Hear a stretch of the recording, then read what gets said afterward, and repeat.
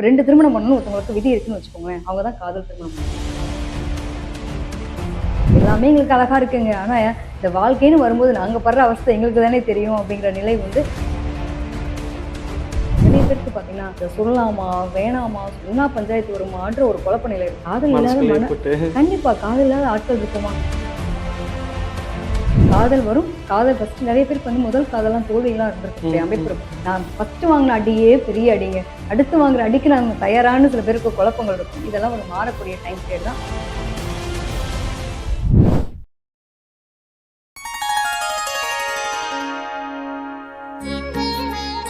Sri Varahi TV நேயர்கள் அனைவருக்கும் வணக்கம். நான் உங்க ஜித்து. இன்னைக்கு என் கூட ஒரு ஸ்பெஷலான ஒரு கெஸ்ட் இருக்காங்க.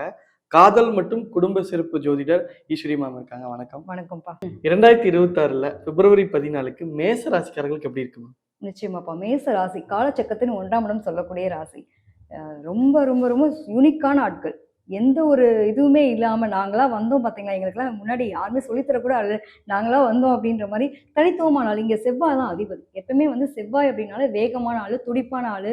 ஒரு விஷயத்த எடுக்குறாங்கன்னா கம்பீரமா செஞ்சு முடிக்கக்கூடிய ஒரு தாட்டியம், தைரியம் இவங்க கிட்ட தான் இருக்கும். அந்த மாதிரியான ஒரு ஆட்கள் தான் மேசத்துல பிறந்தவங்க. இங்க சூரியன் உச்சமடையுது. அதாவது காலபுருஷனின் 5ஆம் பாவத்தினுடைய அதிபதியாகிய சூரியனே இங்க தான் உச்சமடையுது. ஸோ அதே மாரி இங்க சனின்ற கிரகம் நீச்சம் அடையக்கூடிய தன்மை இருக்கு. ஸோ எப்பயுமே வந்து வேகம், கோவம், ஒரு அதிகாரம், ஒரு நிர்வாகத்திறன் இதெல்லாம் ரொம்ப அழகா இருக்கும். எல்லாமே எங்களுக்கு அழகா இருக்குங்க. ஆனா இந்த வாழ்க்கைன்னு வரும்போது நாங்க படுற அவஸ்தை எங்களுக்கு தானே தெரியும் அப்படிங்கிற நிலை உண்டு. ஸோ இவங்களுக்கு பார்க்கும்போது இன்றைய நாள்ல இதுக்கு வந்து பார்த்தீங்கன்னா, தனுசு ராசி பூராட நட்சத்திரம் தான் இன்றைய நாளே பிறந்திருக்கு.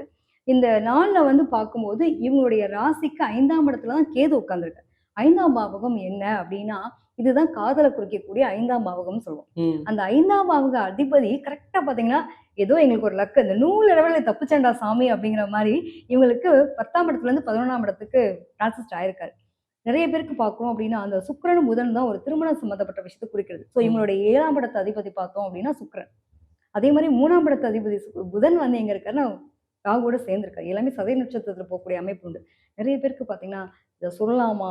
வேணாமா? சொன்னா பஞ்சாயத்து வருமான்ற ஒரு குழப்ப நிலை இருக்கும். காதல் இல்லாத கண்டிப்பா காதல் இல்லாத ஆட்கள் இருப்போமா? எல்லாருக்கும் அன்பு ரொம்ப முக்கியம் இல்லையா? கண்டிப்பா. கண்டிப்பா இந்த அன்புக்காக ஏங்கக்கூடிய ஆள். நாங்க வெளியில டெரர் பீஸுங்க. உள்ளுக்குள்ள ஒரு குழந்தை மனம் இருக்குங்க. ஆனா அத வெளிப்படுத்துறதுக்கு ஒரு பயம் இருக்கு. சங்கடங்கள் இருக்கு. எது நமக்கு சக்சஸ் ஆகுமா? ஆகாதா? நம்மள புரிஞ்சுப்பாங்களா? புரிஞ்சுக்க மாட்டாங்களா? அப்படிங்கிற ஒரு குழப்ப நிலைலாம் பார்த்தீங்க அப்படின்னா, மேஷத்துக்கு எப்பவுமே உண்டு. ஸோ இவங்களுடைய 7ஆம் இடத்து அதிபதியும் உட்கார்ந்து, பூர்வ புண்ணிய ஸ்தானாதிபதியும் அங்க உட்கார்ந்துருக்காங்க. 11ஆம் இடத்துல லாபஸ்தானத்துல உட்கார்ந்துருக்காங்க. பட் ராகுவும் கூட இருக்காரு. பேரண்ட்ஸ் வந்து ஃபர்ஸ்ட் அக்சஸ் பண்ணிக்கிறதுன்றது ஒரு பெரிய ப்ராப்ளம் வரும். இவங்களுக்கு அந்த ஒரு குழப்ப நிலையெல்லாம் இருக்கும். ஆனா கண்டிப்பா வந்து காதல் வரும். காதல் ஃபர்ஸ்ட் நிறைய பேருக்கு வந்து முதல் காதல்லாம் தோல்வியெல்லாம் இருந்திருக்கக்கூடிய அமைப்பு இருக்கும். நான் ஃபர்ஸ்ட் வாங்கின அடியே பெரிய அடிங்க. அடுத்து வாங்குற அடிக்கு நாங்க தயாரான்னு சில பேருக்கு குழப்பங்கள் இருக்கும். இதெல்லாம் ஒரு மாறக்கூடிய டைம் பீரியட் தான். நிறைய பேருக்கு காதல் திருமணம்னாலே என்னன்னா, ஜாதி மாறிய திருமணம், மதம் மாறிய திருமணம் அப்படிங்கிறதெல்லாம் இந்த வருஷத்துல நிறைய இருக்கு. நம்ம ஆரம்பத்திலேயே சொல்லியிருக்கோம். 2026ல வந்து நிறைய காதல் திருமணங்கள் நடக்கிறதுக்கான பாக்கியம் இருக்கு அப்படின்னு. ஸோ இவங்களுக்கும் காதல் திருமணத்துக்கான வாய்ப்புகள் உண்டு. வீட்ல பேரண்ட்ஸ் ஒத்துக்கல. எங்க அம்மா, அப்பா குறை சொன்னாங்க. இது எங்களுக்கு செட்டே ஆகாதுன்னு சொன்னாங்கன்றதுக்காக ஒரு பின்வாங்கக்கூடிய நிலையும் இருக்கும். பட் ஆனா பேசியே கரெக்ட் பண்ணி ஏன்னா சுக்கிரன், புதன் தான் இணைவு தான் உங்களுக்கு வந்து காதல குறிக்கக்கூடிய அமைப்பு. ஸோ நிறைய ராசிக்காரங்களுக்கு இந்த வட்டத்துல நிச்சயமா சக்சஸ் குடுத்துரும். பட் ஒவ்வொருத்தருக்கும் ஒவ்வொரு நிலை இருக்குல்ல. இவங்களுக்கு ஒரு ஸ்ட்ரகிள் போராட்டம் வந்தாலும் ஜெயிச்சுட்டேன் அப்படிங்கிற ஒரு நிலையை அனுபவிக்கக்கூடிய தன்மை அ நம்ம மேஷ ராசிக்காரங்களுக்கு இருக்குன்னே சொல்லிக்கலாம்.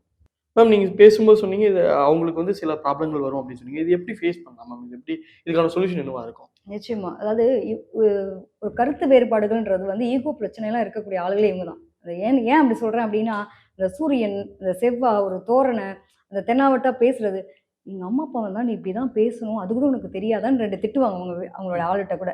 ஏன்னா 5ஆம் இடம் அப்படிங்கிறது பூர்வ புண்ணிய ஸ்தானம். சூரியன் அங்க ஆதிக்கமா இருக்கும். நெறைய பேருக்கு எங்க அப்பா தாங்க வில்லன் என்னோட லைஃப்ல.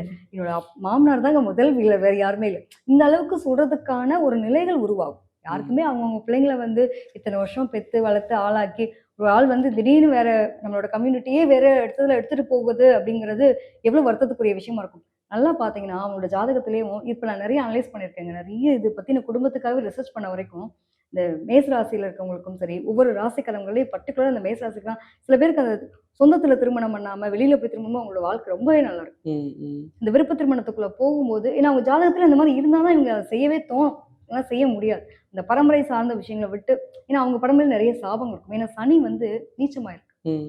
சனி நீச்சமா இருக்கிறதுனால நிறைய பேருக்கு அந்த பரம்பரை சார்ந்த சாபங்களும் ஒரு வீட்ல ஒருத்தர் நம்ம இப்ப சொல்றோம் இல்லையா? நல்லது பண்ணாலும் அது ரெட்டிப்பா வரும். கெட்டது பண்ணாலும் ரெட்டிப்பா வரும்னுவாங்க இல்லையா? உங்க முன்னோர்கள் சாபம் இருக்குங்க. சொல்வாங்களா இல்லையா? எல்லா ஜாதகத்திலயும்.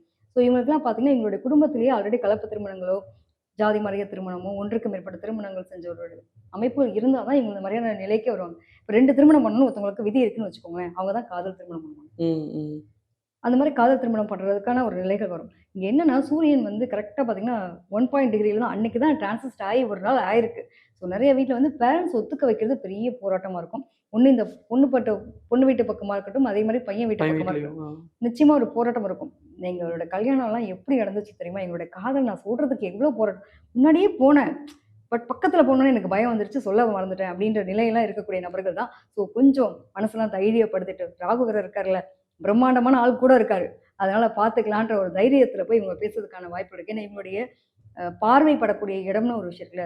அந்த மாரி இவங்களுடைய செவ்வாயே வந்து பார்த்தீங்கன்னா, அடுத்த ஒரு 4 நாள்ல அவங்களுடைய 2ஆம் இடத்த பார்த்துருவாரு. குடும்பஸ்தானத்த பார்க்கக்கூடிய நிலை உண்டு. 2ஆம் இடத்து அதிபதியும், 7ஆம் இடத்து அதிபதியும் தான் உங்களுக்கு சுக்கிரன். அவரும் இங்க போய் உட்கார்ந்திருக்கிறதுனால, இந்த வட்டம் நினைச்ச காரியம் நிறைவேறக்கூடிய காலகட்டம். கொஞ்சம் பொறுமை நிதானத்த கடைபிடிக்கிறது. நம்ம ஆளு தானே. இந்த வெளியில காலர தூக்கிட்டு, கெத்தா ஒரு மாரி டெரர் பீஸா இருக்கிறதெல்லாம் ஆமா. இங்க வந்தோனே அடக்கி "என்னங்க அது மாமா, என்னங்கப்பா" அப்படின்ற மாரி என்னன்னா என்னன்னு அந்த மாரி ஒரு நடிக்க தெரியாது.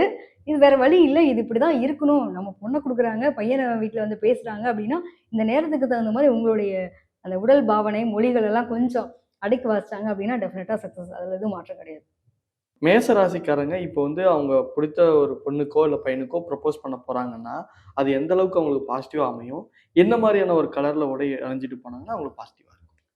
பொதுவா வந்து மேச ராசிக்காரவங்க, அது வந்து செவ்வாய் அங்க ஆதிக்கம் இருக்கிறதுனால, இவங்களுடைய பேச்சு தோரணையே வந்து எப்படின்னா, அ புடிச்சிருக்குன்றத கூட ஒரு கராரா சொல்லுவாங்க. ம். அது அப்படி சொல்லக்கூடாது. கொஞ்சம் பதார்த்தமா சொல்ற மாரி, கூட பட்டும் படாமல் பட்டும் படாம ரொம்ப பவ்யமா அவங்களுடைய ப்ரொபோசல் சொன்னாங்க அப்படின்னா, உண்மையிலேங்க இவங்கலாம் வந்து புரிஞ்சுக்கிட்ட மாரி லைஃப் பார்ட்னர் வச்சா, அவங்கள மாரி குடுத்து வச்சவங்க யாருமே இல்லன்னு சொல்லலாம்.